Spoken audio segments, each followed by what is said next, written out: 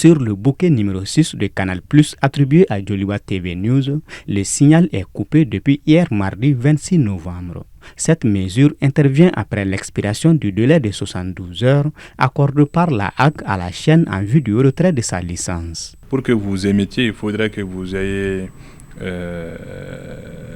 cette licence-là.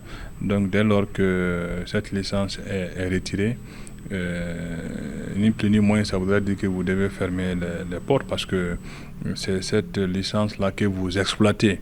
Dès lors que vous ne l'avez plus, vous ne pouvez plus émettre. Donc c'est pourquoi d'ailleurs, vous l'avez dit tout à l'heure là, il n'y a plus de signal au niveau de Djoliba depuis hier, conformément à la décision qui a été prise. Cette mesure fait suite aux propos de Issa Kaudim qui avait critiqué sur le plateau de Djoliba TV les autorités du Burkina Faso. Mais depuis l'annonce par la HAC du retrait de licence à cette chaîne Djoliba TV News, l'organisation Féchère de presse a initié des médiations afin que l'autorité de régulation des médias revoie sa décision. C'est qu'on a défendu comme quoi c'est une émission sur une chaîne de télé. Et une chaîne de télé, elle a une grille de programme assez fournie qui va de plusieurs émissions, magazines, les JT et tout.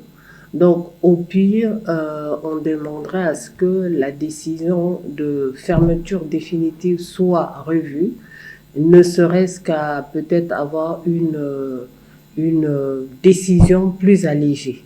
Si la diffusion des programmes de la chaîne est actée, les tractations en cours peuvent-elles aboutir à un dénouement heureux?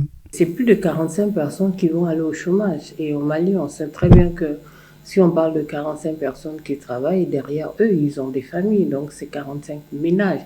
Et en plus, par le temps qui court, la situation socio-économique, sociopolitique du pays voudrait que ce média soit dans les rangs de bataille pour assainir, pour aussi apporter leur pierre à l'édifice du Mali, tout simplement, et surtout que leur apport en termes de combat pour le Mali, pour faire face à la guerre informationnelle, peut énormément compter. Il y a quelque chose de positif dans tout cela qu'il serait bon de regarder, c'est que la haute autorité de la communication n'a pas fermé ses portes.